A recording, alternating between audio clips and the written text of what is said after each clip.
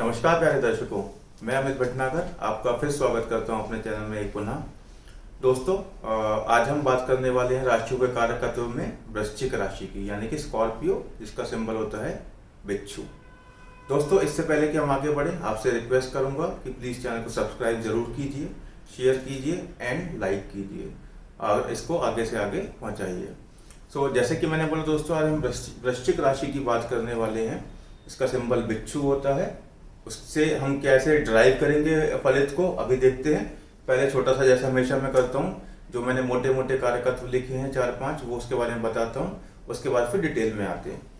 तो दोस्तों, जल तत्व की राशि है। बिच्छू कहाँ रहता है? बिच्छू दरारों में रहता है, पानी के आसपास, है ना, तो नदियों के आसपास, ये सब इसलिए जल तत्व की राशि है। पसंद होता है उसे ऐसी जगह पर रहना। आधिपत्य क्या होता है? जननेंद्रियां, जो आपके रिप्रोडक्शन ऑर्गन्स होते हैं, है ना, जेंट्स के अलग, लेडीज के अलग जो होते हैं, वो मेनली वृश्चिक राशि से देखे जाते हैं। कालपुरुष की कुंडली में ये वहाँ पर स्थित होते हैं। स्वभाव स्थिर राशि है, वह सोच समझ के कार्य करने वाले। प्रकृति कफ, ऐसे जातकों को कफ रिलेटेड प्रॉब्लम हो सकती है। पद कीट, स्कॉर्पियो जो है, बिच्छू जो है कीट है, तो कीट नेचर की राशि है। स्वामी मंगल होते हैं और दिशा उत्तर दिशा में सफलता मिलती है। ये दोस्तों, मैंने एक वृश्चिक लग्न की कुंडली बनाई है। नंबर 8 से डिनोट करते हैं। जो जातक जानते हैं, वह 8 नंबर वृश्चिक राशि का होता है। जो नहीं जानते हैं, उनसे रिक्वेस्ट है पुराने वीडियो जाकर देखें इस सीरीज के, जहाँ पर हमने ये एक्सप्लेन किया है। आइए दोस्तों, बात करते हैं। मैंने बोला इस राशि, वृश्चिक राशि का स्वामित्व है मंगल के पास, है ना। और वृश्चिक राशि में एक घटना और होती है, चंद्रमा नीच के हो जाते हैं। वो वृष में उच्च के होते हैं, वृश्चिक में नीच के हो जाते हैं। अब आपको किन 2 ग्रहों पर निगाह रखनी है अपने कुंडली के अंदर? चंद्रमा और मंगल, विशेषतः मंगल, क्योंकि वो इसका स्वामित्व है इनके पास, मंगल के पास। अब आप समझते हैं कि मंगल जो है, हम जानते हैं सब, पाप ग्रह है। क्रूर ग्रह नहीं है, पाप ग्रह है। क्रूर ग्रह सूर्य होते हैं। जो पाप ग्रह है मंगल, तो और उनका स्वभाव कैसा होता है? उनका स्वभाव होता है रूखा, क्रोधी। ये स्वभाव है मंगल का, झगड़ालू। तो वही स्वभाव, जब स्वामित्व इस राशि का मंगल के पास, तो वही स्वभाव जातक के अंदर भी आना है। स्वाभाविक है ये बहुत। तो ऐसे जातक क्रोधी, झगड़ालू, रूखे व्यवहार वाले जनरली पाए जाते हैं। ये जातक ऐसे होते हैं कि अगर आप इनके अगेंस्ट बोल दो, तो आप इनके सबसे बड़े दुश्मन। अब आप सही बोल रहे हो तो भी इनको परवाह नहीं है उसकी, ये परवाह नहीं करने वाले। आपने अगेंस्ट बोला कैसे? अब मंगल पराक्रम का भी होता है स्वामी, मतलब आपको पता है कि मंगल का कैरेक्टरिस्टिक है पराक्रम।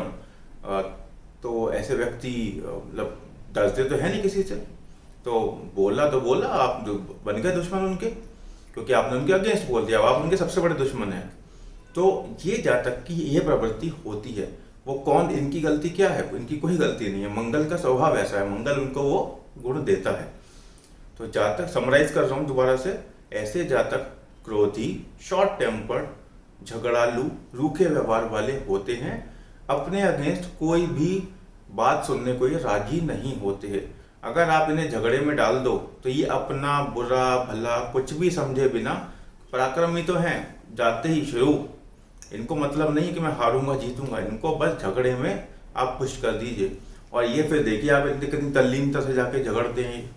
तो वो स्वभाव है। आपने देखे होंगे ऐसे लोग कि जस्ट ढकेल दो, वो सोचेगा नहीं बंदा 1 मिनट के लिए भी कि इससे मेरा अनिष्ट तो नहीं हो जाएगा, मेरा अनिष्ट तो नहीं हो जाएगा, मुझे नुकसान तो नहीं हो जाएगा ना, सोचना ही नहीं है।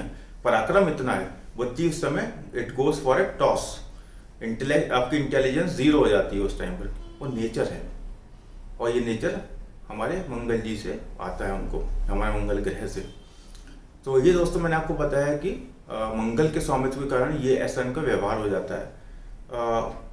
अगर शुभ प्लेसेस पर भी अगर बैठा है, शुभ भाव में भी बैठा है मंगल, तो ऐसे जातक जो है छोटी आकृति के आपको जनरली मिलेंगे।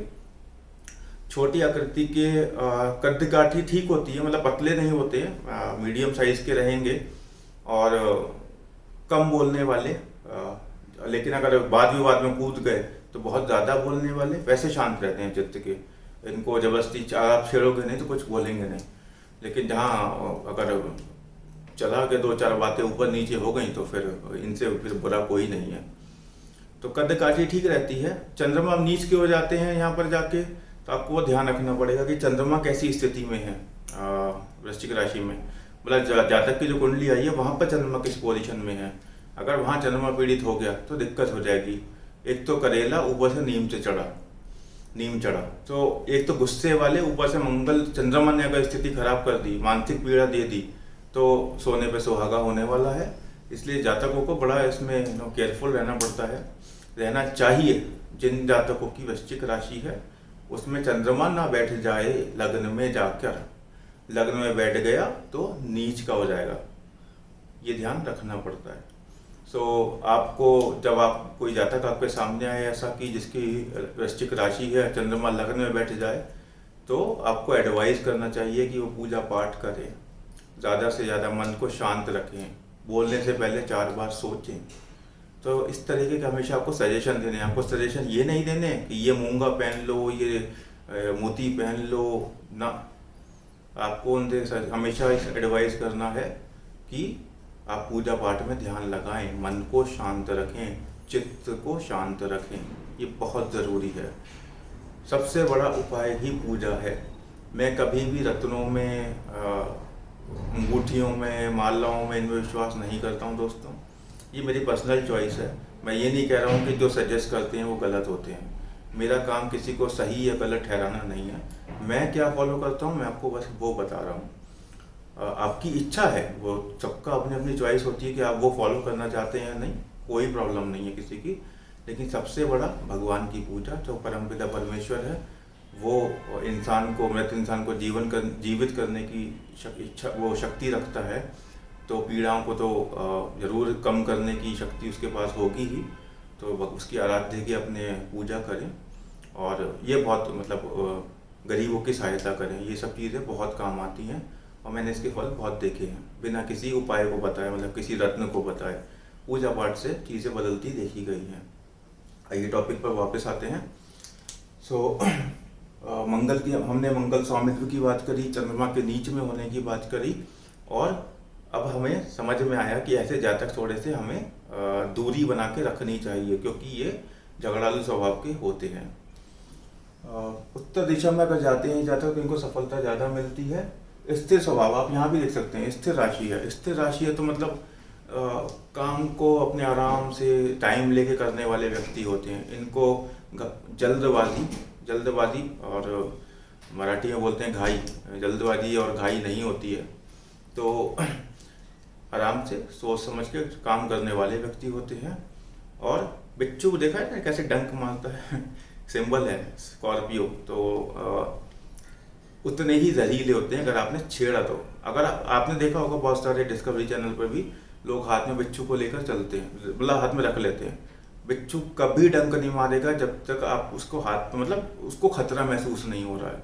जैसे मैंने आपको एक्सप्लेन किया, the moment he feel threaten, मतलब उसको जैसे ही खतरा लगा अपने आप को, तुरंत डंक पड़ता है। सेम मैंने आपको ये बताया कि ये लोग कुछ ऐसे नहीं करेंगे, लेकिन जहाँ आपने इनके अगेंस्ट बोला वहाँ आप गए, आपकी शामत आ गई। मजाक की बात है, मतलब वहाँ पर ही आपके दुश्मन बन जाते हैं या आप इनके दुश्मन बन जाते हैं। तो दोस्तों ये समरी रही वृश्चिक राशि के बारे में। मुझे लगता है कि अभी के लिए इतना काफ़ी है। अभी हम अपने वीडियो को यहीं समाप्त करते हैं, और जाने से पहले फिर रिक्वेस्ट करूँगा, प्लीज़ चैनल को सब्सक्राइब और शेयर ज़रूर करिएगा। आज के लिए इतना ही, नमस्कार।